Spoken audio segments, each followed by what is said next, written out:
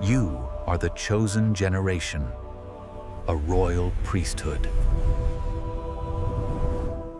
प्रभू येशू ख्रिस्ताच्या पवित्र नावामध्ये तुमचं सर्वांचं स्वागत आणि सलाम. प्रियजन हो, आज आपण पवित्र शास्त्राला अनुसरून blessed is the person who trust in him, तो धन्य मनुष्य आहे, या धन्य या शब्दावर आपण आज मेडिटेशन मनन करणार आहोत. तर पहिला जो आपला आजचा मुद्दा आहे तो आहे, ज्याच्या पापांची क्षमा झाली आहे तो धन्य आहे. ज्याच्या पापावर पांघरून घातलेला आहे तो धन्य आहे.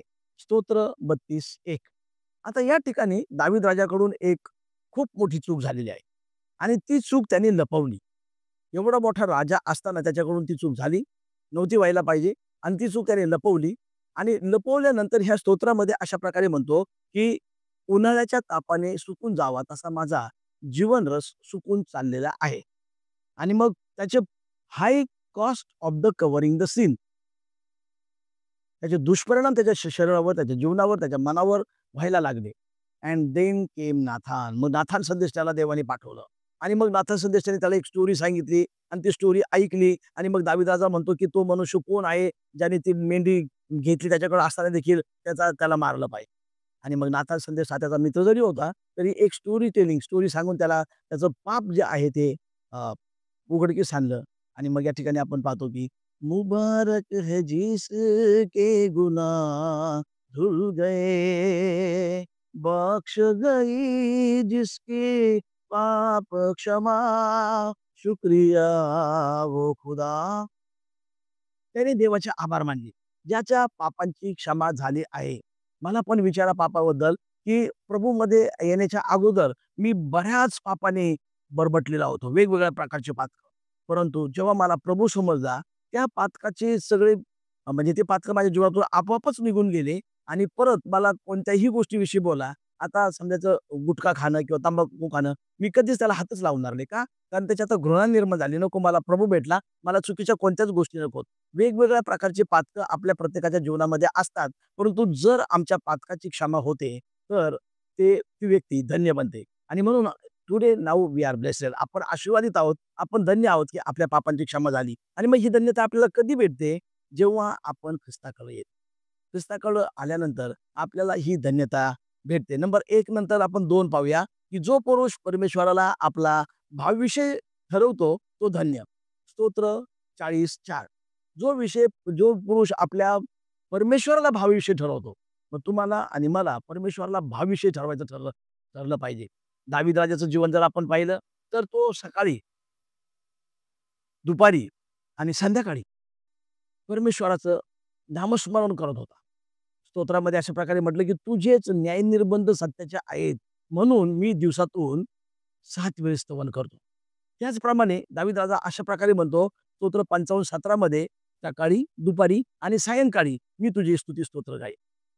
त्याचप्रमाणे एका स्तोत्रामध्ये तो अशा प्रकारे, आता हे 10 वेळ झाले, त्याचप्रमाणे तो एका स्तोत्रामध्ये अशा प्रकारे पण म्हणतो की पहाटेच्या प्रत्येक प्रहरापेक्षा पहाटेच्या प्रत्येक प्रहरामध्ये मी उठून परमेश्वराचं स्तुतीस्तवन करतो किंवा प्रार्थना करतो.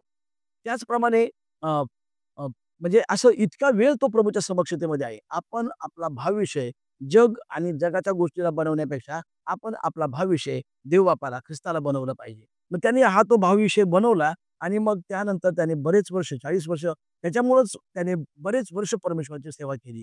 जर आपण Googleवर सर्च केलं तर तो जे हार्प वाजवत होता, ज्याला आपल्या मराठी भाषेमधून वीणा म्हणूया आपण, परंतु इंग्लिशमधून हार्प. आता ते कशा प्रकारचं इन्स्ट्रुमेंट होतं, असं वेगळ्या पद्धतीचं त्याला ऑल स्ट्रिंग्स होत्या, स्ट्रिंग्स इन्स्ट्रुमेंट. तर त्याची आजची किंमत Googleवर सर्च केल्यानंतर येते 43 लॅक्स. म्हणजे एक इन्स्ट्रुमेंट तो देवाच्या गौरवासाठी 43 लाख रुपयाचं वापरू शकत होता. एवढं त्याच्यामध्ये म्हणजे सर्वोच्च प्रेम करायची ताकद देवाबरोबरची होती. म्हणजे देवाला जो आपला निजधाम समजतो, देवाला जो आपलं सर्वस्व समजतो, याचा दुसरा अर्थ असा होत नाही की आपल्या जीवनामध्ये संकट येत नाही. याचा अर्थ असा होत नाही की आपल्या जीवनामध्ये काही समस्या येणार नाहीत. याचा अर्थ असा होत नाही की आपल्याला फारशा अडचणी येणार नाहीत. अर्थात स्तोत्र 119, 165 मध्ये अशा प्रकारे म्हटलेलं आहे की परमेश्वराचं भय बाळगणाऱ्याला खूप शांती असते. त्याला अडखळण्याचं कारण नाही. म्हणजे अडखळून येऊ शकतं, परंतु अडखळून जाण्याचं काहीच कारण नाही. काहीतरी प्लस मायनस गोष्टी होऊ शकतात. परंतु अशा अवस्थेमध्ये देवबाप तुम्हाला पुढे घेऊन जातो. मग नंबर 1 ज्याच्या पापांची क्षमा झाली तो धन्य आहे. नंबर 2 ज्याचा भावविषय हा परमेश्वर आहे, तो धन्य आहे. कारण परमेश्वर हे सर्वस्व आहे. त्याचप्रमाणे आपण नंबर 3 ची गोष्ट पाहूया. तू आपल्या अंगणात राहण्यासाठी ज्याला तू निवडून घेतोस आणि आपल्याजवळ आणतोस, तो धन्य. परमेश्वराच्या मंदिरामध्ये राहणाऱ्यांची केवढी धन्यता! ते निरंतर तुझी स्तुती करतील हे वचन आहे. मग देवाने आपल्याला त्याच्या भवनामध्ये निवडून घेतलेलं भवनामध्ये राहण्यासाठी निवडून घेतलेलं आहे. त्याबद्दल आपण देवाचे मनापासून आभार मानावेत. जो परमेश्वराच्या भवनामध्ये राहतो तो धन्य आहे. आणि म्हणून पुन्हा एक वर मला नम्रतापूर्वक, विनंतीपूर्वक तुम्हाला म्हणायला आवडेल, की father's house is never long, go to the church. देवाचं घर, बापाचं घर हे कधी दूर नसतं. मंदिरात जा, त्या ठिकाणी परमेश्वराची पवित्र समक्षता आपल्याला मिळते. पहा, आता स्टोरी सांगत बसायची नाही, परंतु अ, यशया हा 5व्या अध्यायामध्ये घरी गेल्यानंतर चेक करा. 5व्या अध्यायामध्ये तो 5 वेळेस 5 लोकांना अशा प्रकारे म्हणतो, woe to them, woe to them, woe to them, woe to them. यांचा धिक्कार असो, त्यांचा धिक्कार असो, त्यांचा धिक्कार असो. अनेक लोकांचा तो धिक्कार करतो. परंतु उज्जिया राजा मरण पावल्यानंतर तो मंदिरात जातो आणि मंदिरात गेल्यानंतर फर्स्ट ही लिसन, म्हणजे फर्स्ट ही सॉ, त्याने पाहिलं मंदिर परमेश्वराच्या जाग्याच्या सोग्याने व्यापून गेलेलं आहे. आफ्टर दॅट ही लिसन्ड, त्याने ऐकलं आणि नंबर 3 त्यांनी त्याची ती वाणी ऐकली, की आम्हासाठी कोण जाईल. देव त्याच्याशी बोलला, त्याचं पाप क्षालन झालं. म्हणजे ह्या गोष्टी देवाच्या मंदिरामध्ये आल्यानंतर होतात. म्हणजे ज्याला परमेश्वर देवाच्या मंदिरामध्ये राहण्यासाठी निवडून घेतो, हे पहा, the time which we are spending in to the kingdom of God and in the church, that is not wasted, that is invested. तो जो वेळ आहे, ती जो समय आहे, तो वेस्टेड नाही, तो गेलेला वेळ नाही, तर तो इन्व्हेस्टेड आहे. त्याची गुंतवणूक केलेली आहे आणि त्याचे प्रतिफळ देवबाप आपल्याला निश्चित देत असतो. त्यानंतर आपण पाहूया चौथा मुद्दा, ज्याच्या हर्ष त्याच्या आज्ञामध्ये आहे तो धन्य. आपण आता तिसऱ्या नंबरचं जे वचन पाहिलं, स्तोत्र 65, स्तोत्र 65. आता चौथ्या नंबरचं वचन पाहणार आहोत, स्तोत्र 118, 112, 2. त्या ठिकाणी अशा प्रकारे म्हटलं आहे, की ज्याचा हर्ष त्याच्या आज्ञामध्ये आहे तो धन्य. आता परमेश्वराच्या ज्या आज्ञा, विधी आणि नियम आहेत, हे उत्पत्ती 26:5 प्रमाणे अब्राहमाने ते आज्ञा, विधी, नियम, कायदे, कानून पाळले आणि त्यानंतर अब्राहम बनला. या ठिकाणी वचन सांगतं, की ज्याच्या अ, ज्या हर्ष देवाच्या आज्ञामध्ये आहे. मग देवाच्या आज्ञा पाळण्यामध्ये आपल्याला आनंद वाटतो. म्हणून दाविदाचा अशा प्रकारे म्हटलं, की मेरा मन झूमने लगा, मेरा मन आनंदित हुआ, स्तोत्र 122 मध्ये. तर आपला जो हर्ष आहे तो देवाच्या आज्ञा पालनामध्ये असायला पाहिजे. आणि जेव्हा आपण विलिंगली देवाच्या आज्ञा पाळतो किंवा विलिंगली आपण देवाचं आज्ञापालन करत राहतो, त्यामध्ये देव खुश राहतो. तुम्ही पहा, पवित्र शास्त्रामध्ये आज्ञा पालनाविषयी छोटीशी गोष्ट, की अब्राहमाला एकतर लेकरं होत नव्हते. मग देवबापाने त्याला प्रॉमिस केलं, की म्हणजे अगोदरच प्रॉमिस केलं, की मी तुला लेकरं देईल. परंतु होण्याची संभावना कमी होती, शक्यता कमी होती. कारण त्यांचं मानवी दृष्टिकोनातून वय जास्त होतं. परंतु अ, बाळ झालं. बाळ झाल्यानंतर देवाने त्याला एक आज्ञा दिली, की ह्या बाळाचं समर्पण कर. आणि मग त्या लेकराला तो मोरिया डोंगरावर आज्ञापालन म्हणून घेऊन चालला. खरं तर ते लेकरू विचारत होतं, "बापा, अर्पणाचं कोकरू कुठे आहे? अर्पणाचं कोकरू कुठे आहे?" आणि हा शब्द प्रत्येक बापासाठी खूप म्हणजे अंतःकरणाला त्रास देणारा आहे, की तेच अर्पण आहे आणि त्यालाच कापायचंय, त्यालाच मारायचंय, त्यालाच प्रभूला अर्पण करायचंय. आणि परंतु अब्राहमाने एक वेगळा विषय त्याच्यासमोर मांडला, तो म्हणजे देव पाहून देईल, देव पाहून देईल. आणि त्याला माहित होतं, की हेच अर्पण आहे. तो म्हटला असता, की तूच अर्पण आहे. परंतु त्याने शब्दाने तसं बोलला नाही. त्याने शब्द तसे उच्चारले नाही. त्याचा भावविषय हा देव होता. म्हणून देवाने खरोखरच पाहिलं. आणि मग आपण एक संडे स्कूलला गाणं शिकवतो, की मारू नको इसाकाला, जरा थांब, थांब, थांब. मेंढा जाळीत गुंतला, शिंगे लांब, लांब, लांब. आणि त्याला तो मेंढा सापडला, अर्पणाचं कोकरू सापडलं आणि देवबापांची त्या ठिकाणी त्यांनी वेदी बांधली. आणि जेहोवा जायरा, माय provider, his grace is sufficient for me, अशा प्रकारे तो म्हटला. आणि म्हणून ज्याचा हर्ष, ज्या व्यक्तीचा हर्ष परमेश्वराचं आज्ञापालन करणाऱ्यामध्ये आहे, तो धन्य आहे. आम्ही धन्य तेव्हाच बनतो, जेव्हा आमचा हर्ष, आमचा आनंद म्हणजे इथून निघणारा आनंद, की होय मला आज्ञापालन करायचंय. मी आज्ञापालन करणार. देवाचे आज्ञा, विधी आणि नियम मी पाळणार. मग आज्ञा पाळण्याविषयी एक गोष्ट मला सांगू द्यात, की देवबापाने पहिले तर आपल्याला 613 आज्ञा दिल्या होत्या. परंतु त्या आज्ञा आपल्याकडून काही पाठ होऊन झाल्या नाहीत. मग देवबापाने आपल्याला 10 आज्ञा दिल्या. मग त्या 10 आज्ञा पण आपल्याकडून काही पाठ होईनात.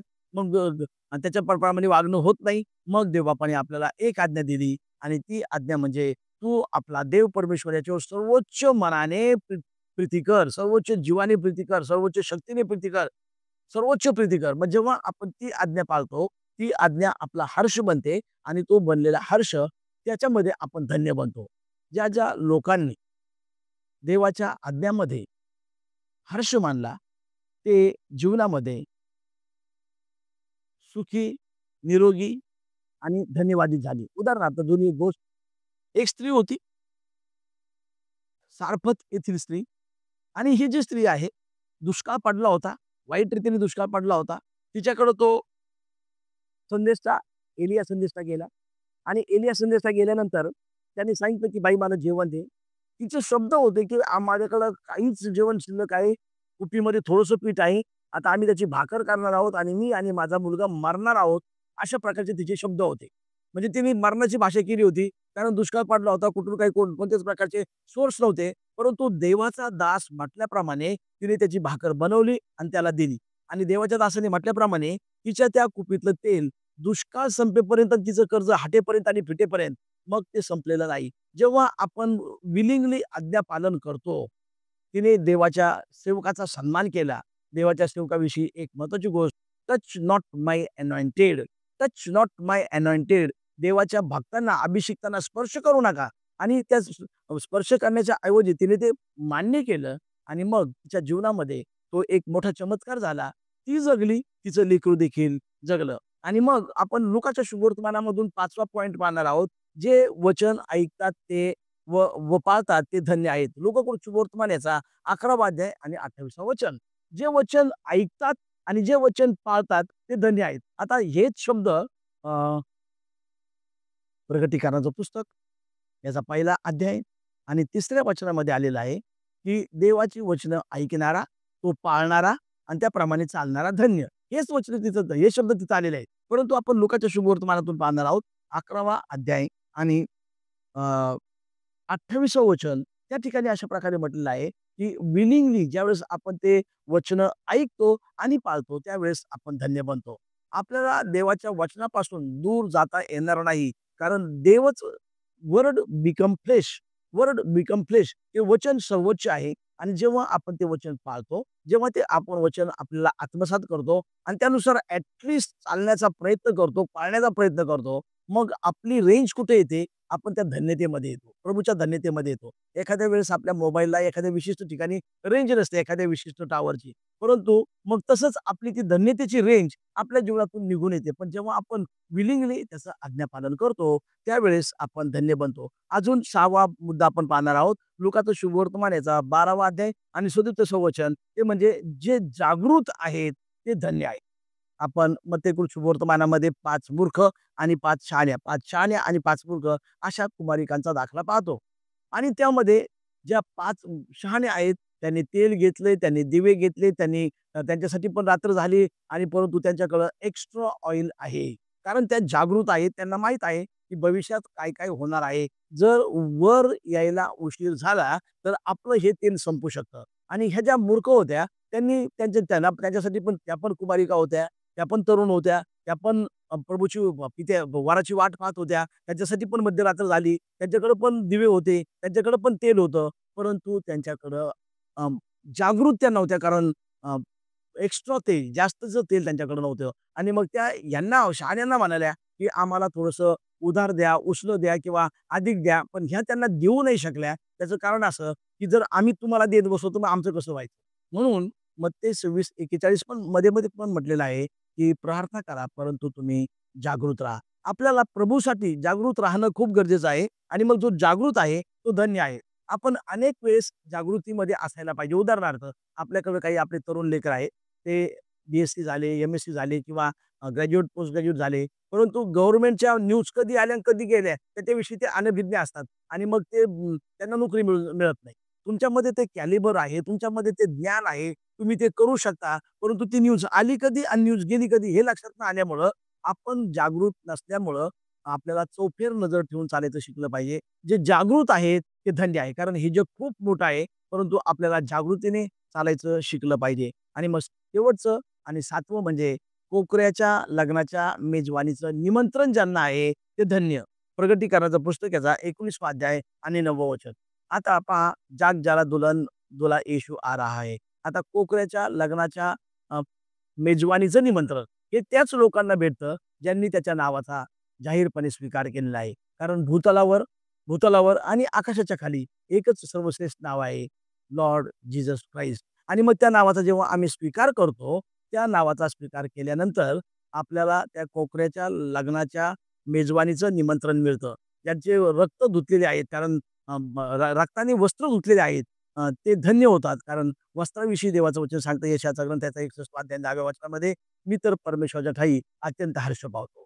माझ्या देवाच्या ठायी माझा जीव उल्हासतो. कारण जसा नवरा शेला पागोटी घालून स्वतःला याचकासारखा मंडित करतो व नवरी जशी वस्त्र अलंकाराने स्वतःला सुशोभित करते, तशी त्याने मला तारणाची वस्त्र व धार्मिकतेचा धागा देऊन आशीर्वादित केलेला आहे." मग आपले वस्त्र धुणं आशीर्वादाचे म्हणजे धुणं येशूच्या रक्ताने हे खूप मोलाचं आणि गरजेचं आहे. आणि मग त्यामुळं काय होतं, आपल्याला निमंत्रण मिळतं. जेव्हा आपण त्याच्या त्या कृपेमध्ये बोलावले जातो, त्यावेळेस आपण धन्य होतो. मग आपण पुन्हा एक वार ह्या काही गोष्टी पाहणार आहोत. ज्याच्या पापांची क्षमा झाली तो धन्य आहे. त्याचप्रमाणे जो पुरुष आपलं वर्तनक्रम चोख ठेवतो आणि परमेश्वराला भावविषय बनवतो, स्तोत्र 40:4 प्रमाणे तो धन्य आहे. त्याचप्रमाणे परमेश्वराच्या अंगणामध्ये ज्याला बोलावून घेतलेलं आहे, स्तोत्र 65:4 प्रमाणे तो धन्य आहे. त्याचप्रमाणे त्या त्याच्या आज्ञामध्ये जो मनुष्य राहतो, स्तोत्र 112:11 प्रमाणे 12:1 प्रमाणे तो धन्य आहे. त्याचप्रमाणे जे वचन ऐकतात आणि त्याप्रमाणे पाळतात, लुकाचं शुभवर्तमान याचा 11वा अध्याय आणि 28 प्रमाणे ते धन्य आहेत. आणि लुकाचं शुभवर्तमान याचा 12वा अध्याय आणि 37व्या वचनाप्रमाणे जो जागृत आहे तो धन्य आहे. आणि शेवटी कोकऱ्याच्या लग्नाच्या मेजवानीला ज्यांना बोलवलेलं आहे ते धन्य आहेत. आणि मग ह्या धन्यतेमध्ये आपण कुठे आहोत ते आपण पाहूया. आणि चला आपण देवाच्या वचनाप्रमाणे चालण्याचा प्रयत्न करूया, जेणेप्रमाणे आपण जीवन जगत असताना आपण धन्य बनणार आहोत. God bless you. आमेन.